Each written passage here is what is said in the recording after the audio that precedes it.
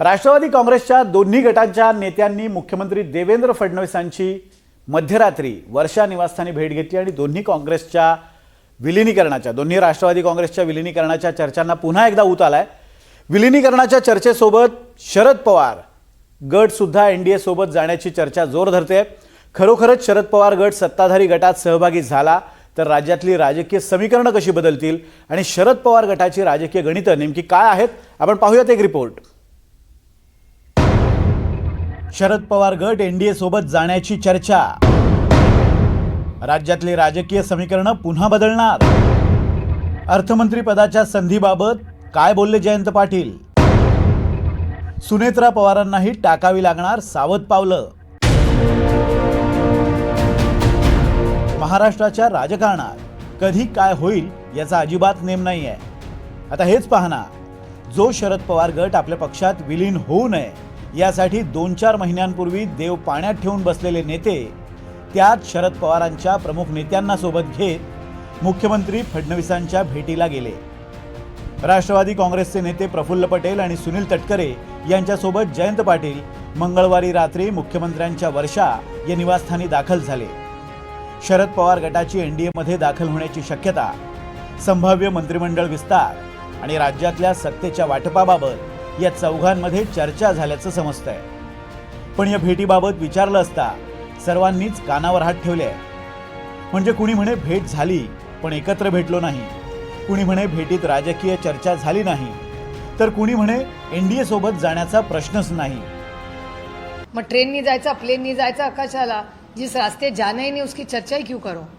आम्ही India alliance मध्ये काम करतोय आणि आमच्या या सगळ्याबद्दल मग काँग्रेस असू दे किंवा ना काँग्रेसने आम्हाला प्रस्ताव दिला ना आम्ही काँग्रेसला प्रस्ताव दिलाय, ना भारतीय जनता पक्षाने आम्हाला प्रस्ताव दिला ना आम्ही दिलाय। त्याच्यामुळे ना एनडीएचा प्रस्ताव आहे ना काँग्रेसचा प्रस्ताव आहे। आम्ही आहोत तिथे आम्ही सुखी आहोत। नाही, असं आहे की मी कशाचाच विचार केलेला नाही। तुम्ही माझ्यापेक्षा इतका पुढे का विचार करताय? तुम्ही एक तर मुख्यमंत्र्यांचा खाते वाटपाचा अधिकार आहे, तोही तुम्ही हिरावून घ्यायला लागलेला, तर त्यांचा अधिकार आहे। आणि माणूस गेला तर होईल ना। आम्ही सगळे राष्ट्रवादी शरद पवार साहेबांच्या मागं सगळे खासदार आमदार एकसंघ आहोत। त्यामुळं मला हे बऱ्याच वेळेला दुःख वाटतं की वारंवार अशा चर्चा प्रसारमाध्यमातून काय येत आहेत। अजित पवार गटानं मात्र या सर्व घडामोडींवर संपूर्ण मौन बाळगलंय, तर एकनाथ शिंदेंच्या शिवसेनेनं मात्र खूपच सावध प्रतिक्रिया दिली आहे। पण शरद पवार काहीही करू शकतात असा सूर मात्र शिंदेंच्या नेत्यांनी लावलाय। केंद्रामध्ये शरद पवार सामील होतील की नाही हे सांगणं धाडसाचं ठरेल। शरद पवार आहेत, ते कधी गुगली फेकतील काही त्याचा नियम नसतो, म्हणून त्यांच्याबद्दल कोणतंही बोलणं मला वाटतं थोडंसं धाडसाचं ठरेल। आणि स्वतः पवार साहेबांचे अतिशय चांगले संबंध हे आदरणीय मोदी साहेबांशी आहेत आणि त्याच्यामुळे मोदी साहेब असतील, अमित शहा साहेब असतील, सर्वांचीच त्यांचे चांगले संबंध आहेत। आणि एक राष्ट्रीय स्तरावरचा नेता जर एनडीए बरोबर आला तर नेहमी एनडीएला त्याची मदत होईल, चांगलं मार्गदर्शन होईल याची मला खात्री आहे। आणि महाराष्ट्रामध्ये सुद्धा या गोष्टीने निश्चितपणे जनतेला आनंद होईल याची सुद्धा मला खात्री आहे।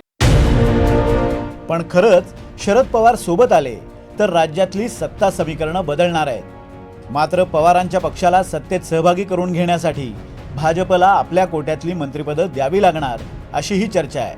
शरद पवार एनडीए सोबत गेल्यास त्यांना राज्यात 2 कॅबिनेट मंत्रिपदं आणि केंद्रात 1 मंत्रिपद मिळणार असल्याचं समजतंय। अर्थ खातं किंवा जलसंपदा खातं यासारखं एखादं महत्त्वाचं खातं आणि एखादं दुय्यम खातं मिळण्याची शक्यता आहे। तसं झाल्यास जयंत पाटील आणि जितेंद्र आव्हाडांना मंत्रिपद देत 1 मराठा आणि 1 ओबीसी असं संतुलन साधलं जाऊ शकतं। तर केंद्रातल्या मंत्रिपदावर बहुधा सुप्रिया सुळेंना संधी दिली जाईल।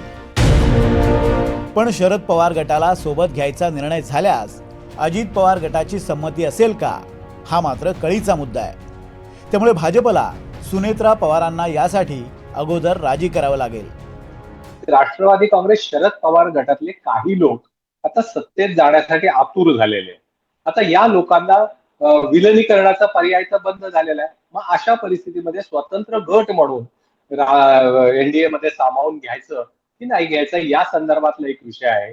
आणि मला वाटतं की त्या दृष्टिकोनातून काल जी बैठक झाली म्हणजे वर्षा बंगल्यावर सुनील तटकरे असतील, प्रफुल्ल पटेल असतील आणि त्यांच्याबरोबर जयंत पाटील हे सगळे तिघही एकाच वेळी वर्षा बंगल्यावर उपस्थित असणं याला काही निव्वळ योगायोग आहे असं म्हणता येणार नाही.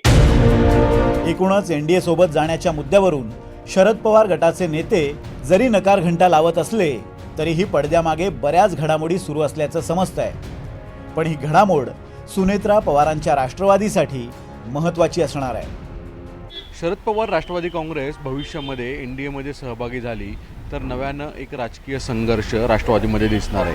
कारण की अजित पवार राष्ट्रवादी काँग्रेसमध्ये अनेक नेते अस्वस्थ आहेत आणि त्यांना पर्याय उपलब्ध असणार आहे भविष्यामध्ये, तो म्हणजे शरद पवारांच्या पार्टीचा. कारण सत्तेतही राहू आणि विचारधाराही सारखीच राहणार आहे. जर असा पर्याय उपलब्ध झाला तर मात्र सुनेत्रा पवारांची डोकेदुखी अधिक वाढणार हे मात्र नक्की. व्हिडिओ जर्नलिस्ट अरविंदसह सागर कुलकर्णी, NDTV मराठी, मुंबई.